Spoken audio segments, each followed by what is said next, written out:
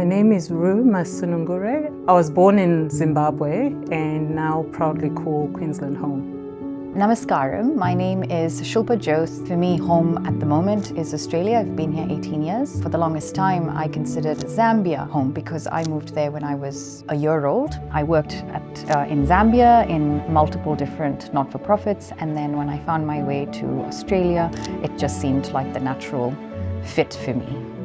My journey started as a human rights lawyer, young in Zimbabwe, and subsequently in international settings, working across the globe. My journey has continued in Australia, and in the last 20 years I have contributed to this beautiful country in many ways.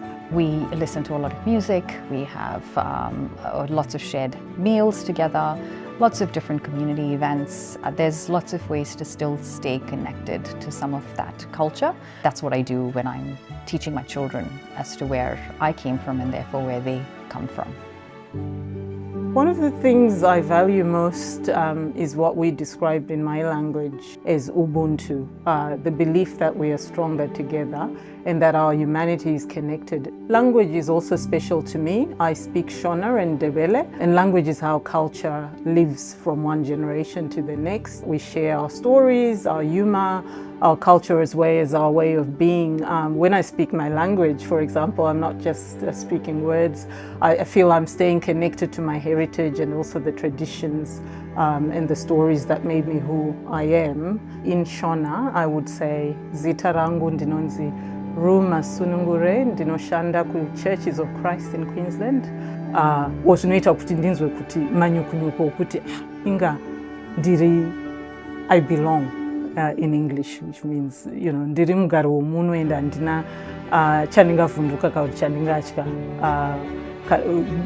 mukurarama unhu hwangu nekutaura chirudzi changu, nokuti nyika yandiri nebasa randinoshanda rinondibvumira kuita saizvozvo. Amazing.